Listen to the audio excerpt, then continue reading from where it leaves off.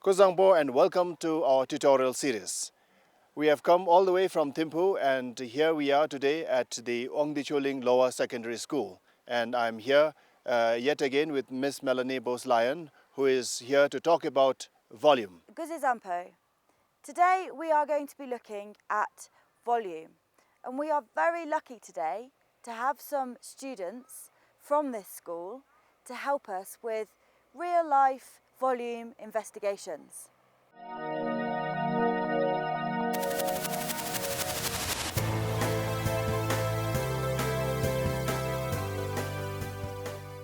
So let us find out what volume is all about. Hello 7B, it's wonderful to see you all again.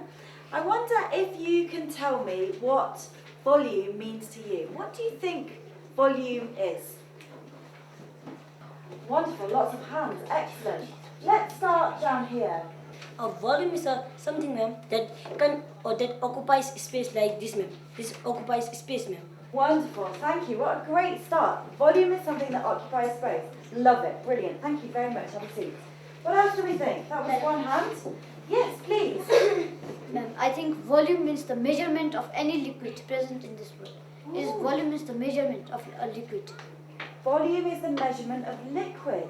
Yes, ma'am. Yeah, that's excellent, isn't it?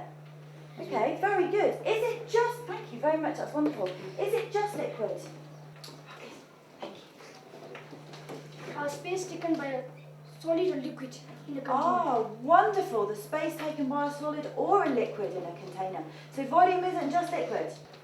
If gas also contains. So gas occupies a volume as well. You can have a volume of gas. Yep. So thank you very much, Class 7, for your wonderful suggestion. Thank you. So now we have had some help finding out what volume actually means. We're now going to look at the type of 3D shape that we're going to be looking at in today's programme, the type of 3D shape that we're going to be finding the volume of. And this type of shape is called a prism. Quite a difficult word, but let's have a look at what that might mean. A prism is a shape that has a constant cross-section along its length. So let's have a look at that. The cross-section is the shape at the 2D shape that if you were to cut your prism anywhere along its length, it would be the same. So for this shape here, we've got a cylinder. And the cross-section, the 2D shape that is the cross-section, is a circle. If we were to cut this cylinder anywhere along its length, we would always have the same size circle. So that's definitely a prism. We've got more examples here of cylinders. Again, you can see that if you ignore the base and just look at the cylindrical part, if you were to look at the cross-sectional area, the cross-section again is a circle, and if we were to cut this prism anywhere along its length, we would always have the same size circle. A different 3D shape here. This one is called a cuboid, which is essentially a 3D rectangle. The cross-section of this shape is a square. And if we were to cut this cuboid at any point along its length, we would always find that we had the same cross-section, a square of the same size. So a cuboid is also a prism. So let's have a look at some shapes that aren't prisms then. First of all, we've got this shape. This shape is a cone. A cone has a cross-section of a circle, but if we were to cut our cone at any point along its length, we would still have a circular cross-section, but the circle would be getting smaller as we went up the cone. Because the circle is changing size as we go up the cone, it is not a prism. Another example of a non-prism shape is a pyramid. A pyramid is tapered to a point. So depending on the base of the pyramid, we could have a square-based pyramid or a triangular-based pyramid. As we cut the pyramid up its length, we would see that although the cross-sectional shape remained the same, a triangle or a square, the shape would get smaller. So because it's not the same size cross-section, it is not a prism. Today's programme is going to focus entirely on finding the volume of prism shapes that have constant cross-sections along their length. So to find the volume of any prism, it's a very, very straightforward procedure, and we don't need to remember lots and lots of formula. All we need to remember is one formula, and the formula we need to remember is this. To find the volume of any prism, we need to find the area of the cross-section and multiply it by the length. So for a cylinder that has a cross-section of a circle, it would be area of the circle multiplied by the length. For a cuboid, it would be the area of the cross-section, which in this case is a square, multiplied by the length of the prism.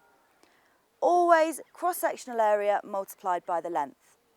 If we had a triangular prism, as you can see on the screen, all you need to do is work out the area of the cross-section, which is a triangle. Remember, that's base times height divided by 2.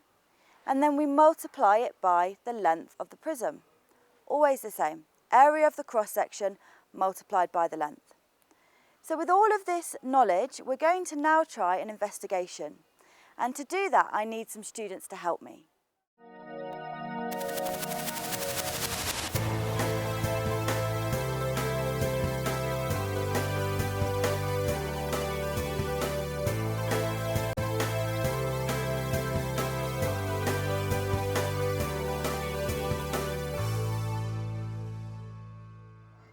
The first investigation that we are going to do is we are going to look at studying the volume of a cuboid.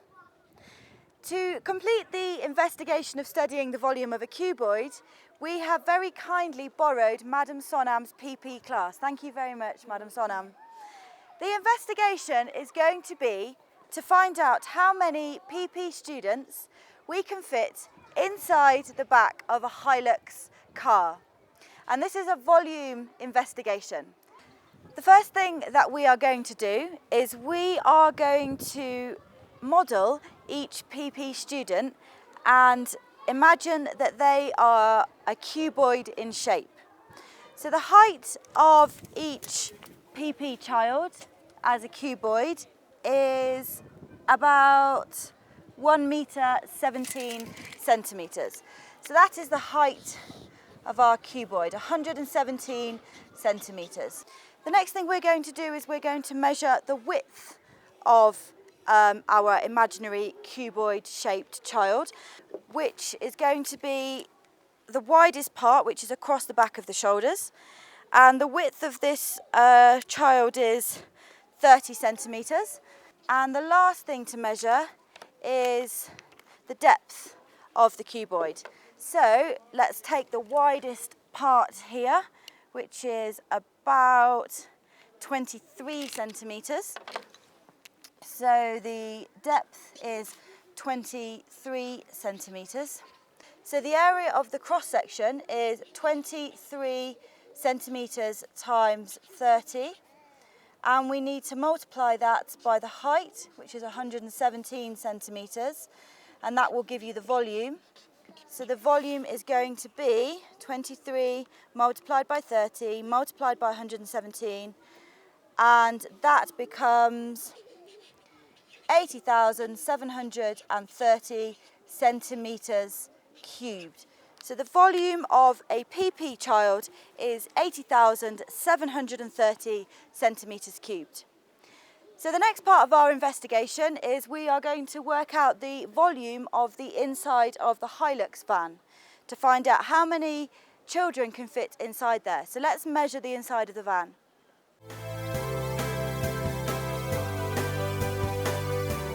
So the width of the inside of the van is 130 centimetres. The height of the inside of the van is 117 centimetres, and the depth of the van is 127 centimetres. So with this information we can now go and work out the volume of the inside of the van and therefore work out how many children we can fit inside.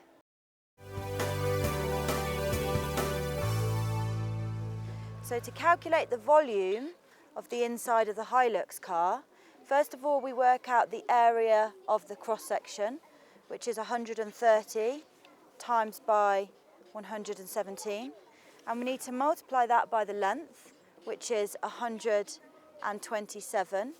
So the volume of the inside of the Hilux is 130 times 117 times 127. So the volume is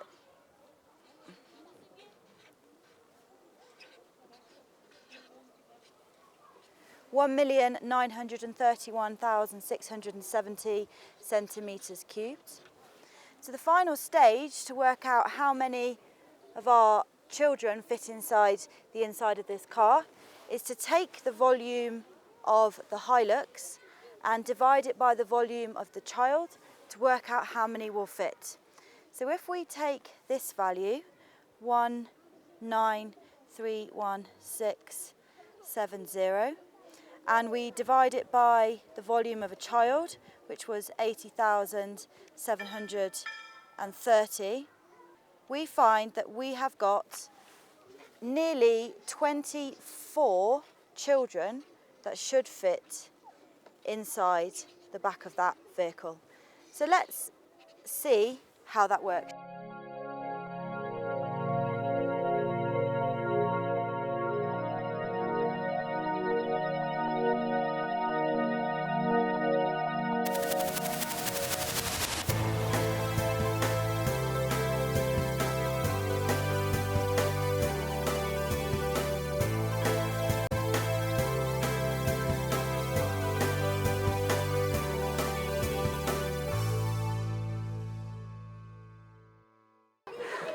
Come on.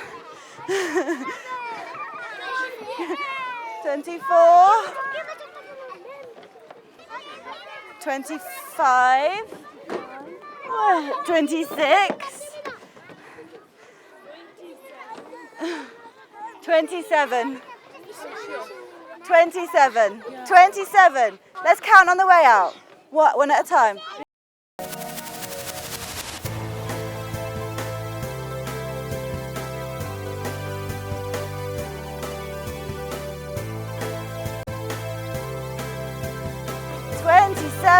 Take a bow at the camera, well done. Wow, so our mathematical estimate was 24 children inside the back of the Hilux, and our experimental result was 27 children.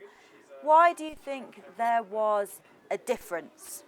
Well, we can see that if we're modelling a child as a cuboid, we have all these extra bits of volume that are more than the actual volume of the child. So there's a bit of extra volume there, and also we didn't take into account how squidgy PP children can be.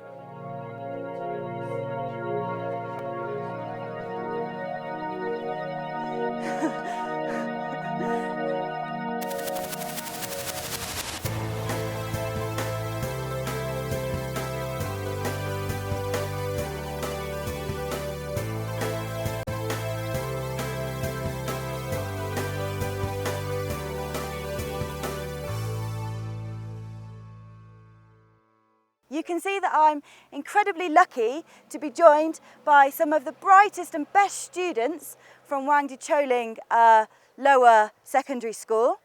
And they're going to help me today, these grade 8 students, with our volume investigation. So, today's investigation is going to be to look at our water tank that we have that feeds the school, and we are going to work out exactly how many children's water bottles we can fill from our school water tank. Now, as you all know, you're very bright mathematics students, this is a complicated volume problem. So let's talk a little bit about and explain to the viewers back home how we're going to solve this problem. Let's have a look at the shapes we're going to be thinking about today. We've got the water tank here, we've got the water bottle here. Who can tell me what shape the water tank is? It's a 3D shape? It's a cylinder. It's a cylinder. Thank you very much, cylinder. And what about our water bottle? I know it's a little bit wavy, but if we were to approximate, to estimate for the terms of our experiment, what shape would that be? It is also a cylinder. Perfect, also a cylinder, great. So, who can tell me how we find the volume of any prism, any shape that is constant across its length? What do we do to find that volume? We multiply the cross-sectional area and the length. Perfect, thank you very much. We multiply the cross-sectional area by the length. Wonderful. So, with the R2 cylinders, who can tell me what the cross-section is of these two shapes? Circle. Perfect, thank you very much, a circle. So the cross-section is a circle for these two shapes. So the first thing that we need to do is find the area of our cross-section, which you've just told me is a circle. Okay, how do I find the area of a circle? Pi r squared. Wonderful, thank you very much, pi r squared. What's r? Somebody from over here, what's r? Radius. Thank you, radius. So we find the area of our circle, pi r squared. What do we multiply it by? Length. Length, wonderful. Okay, so we need to take some measurements for our water tank first. What measurements do I need to take up there? Diameter. Diameter, perfect, thank you. Because from that diameter I can find radius, wonderful. There's a second measurement I need to take. What is that? Length. Length, yeah, length, wonderful, because we multiply the cross-sectional area by the length. But in this case, really, it's not a length, it's more of a height. Wonderful. So who's going to do my measurements for me? Thank you very much, guys. Let's go.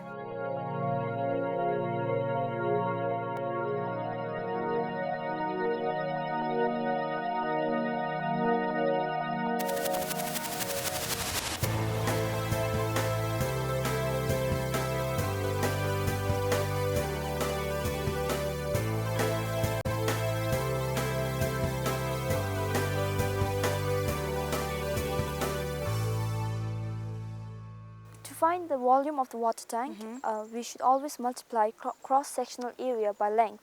And we need to find the diameter, the radius and the length of this water tank. And as said by my friend, the diameter of this water tank is 240 centimeter. And radius is half of a diameter. So all we need to do is divide this diameter by 2. Perfect. Can we do that? Okay.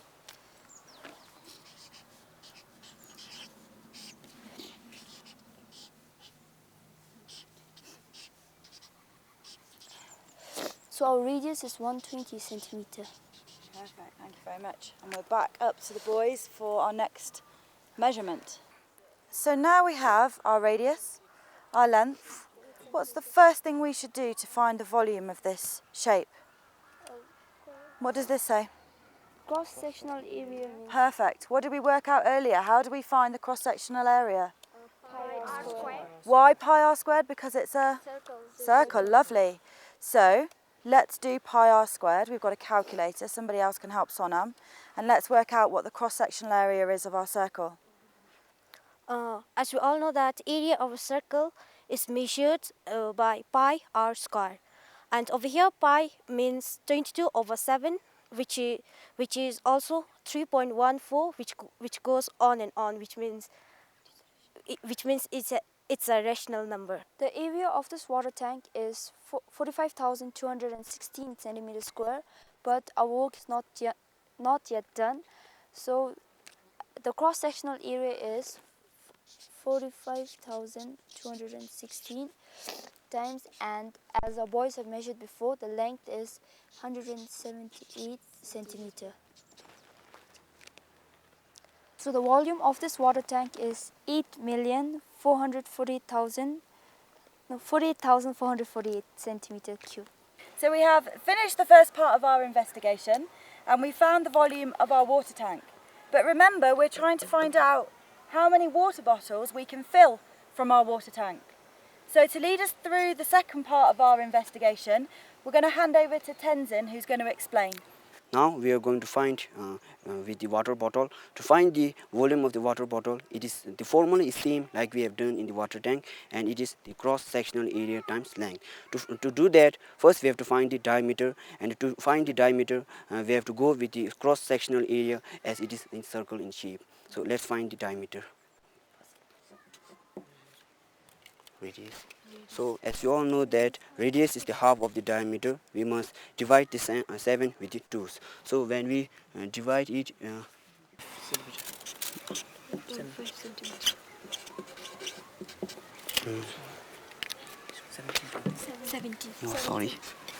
17.57 centimeter.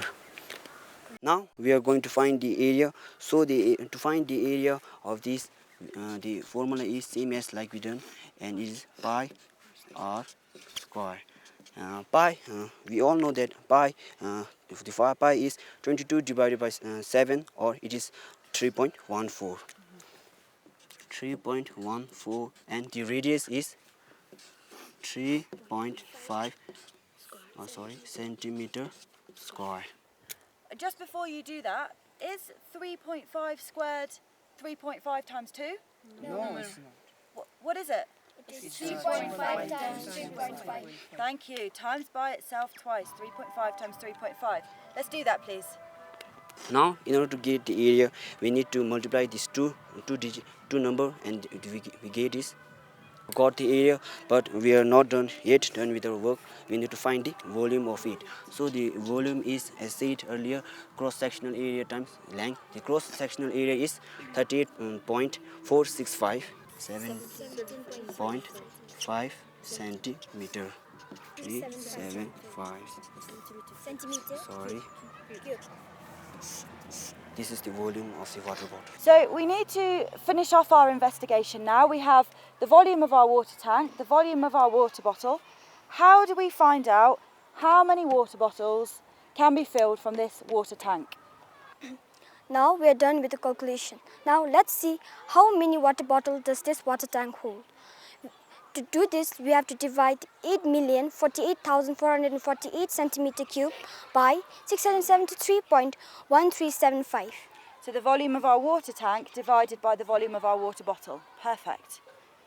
So we get 11,956.61808 bottles. So I would like to thank the excellent students from grade 8 at Wangdi Choling Lower Secondary School for their brilliant contributions today in helping us with our volume investigation.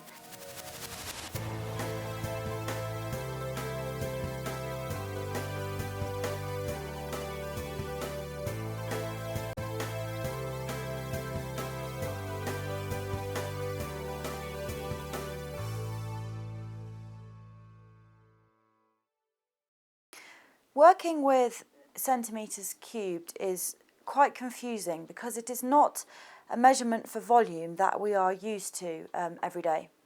We're much more used to working in litres as a measurement of volume or capacity. So there must be a way of converting between centimetres cubed and litres. And we're going to have a look at that now. To have a look at this, I'm going to use a standard mineral bottle. And the mineral water bottle tells me that this contains a volume of 1,000 millilitres. I have made measurements of this bottle of the height of it and the diameter because it's a cylinder, and I've drawn this mineral water bottle here in a diagram. So I've got a height of 26 centimetres and a diameter of 7 centimetres. So I know that to find the volume of a cylinder, I need to find, first of all, the cross-sectional area, and we know that the cross-section of a cylinder is a circle. So the cross-sectional area is a circle. The area of a circle is pi r squared. So that's the first thing I'm going to do. Pi, the radius is half the diameter, so it's 3.5. And we need to square that. So that's squared.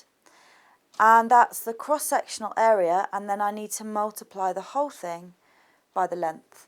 And the length of this bottle is 26 centimetres.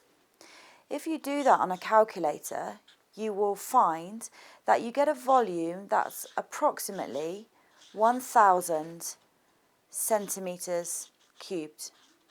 So using centimetres in our measurement for this water bottle, we found that the volume is approximately 1,000 centimetres cubed. But we also know from the packaging that it tells us that it contains 1,000 millilitres. So 1,000 centimetres cubed, which is what we found in our experiment, must be equal to 1,000 millilitres, because that's what it says on the packaging. So therefore 1 centimetre cubed must be equal to 1 millilitre. And that gives us a conversion to work with so that we can better understand centimetres cubed as a measurement for volume. So in summary, we have learnt an awful lot in today's programme on volume. And I've got the members of Grade 8 Wang Di Choling Lower Secondary School to help me summarise all the masses of things that we've learnt today. So what did you learn today? So I've learned how to find the formula of how to find the volume of the cylinder. Perfect, thank you very much. What did you learn today? I've learned the formula of the any prism, and to find the volume of any prism, the formula are cross-sectional area times length. Perfect, thank you very much. What did you learn today? I learned that the cross-sectional area of cylinder is circle. Thank you, that's perfect. What did you learn today? The thing I've learned today is the formula of finding the area of a circle is pi r squared. Pi r squared, wonderful, thank you very much. What did you learn today? The thing that I learned today is that how many this water bottle can hold in that big cylinder. Excellent, in our investigation, thank you very much. What did you learn today? For today I've learned that radius is the half of diameter. Radius is half of the diameter. Excellent, thank you very much. What did you learn today? Today I learned that the pi is a rational number as it never comes to an end and it continues on. And the pi is always 22/7 or 3.14. Thank you, that's perfect. What did you learn today? And I learned that the square of a number is the number times itself. Perfect, thank you very much. I challenge you to use some of the information that we've learned in our volume programme to go out and find the volume that can be contained in your bath at home, or the volume that can be contained in your water tank on your roof. So I hope you now have better understanding of what volume means. And if you have any suggestions or comments, please write to us again. Our address is tutorial@bbs.bt.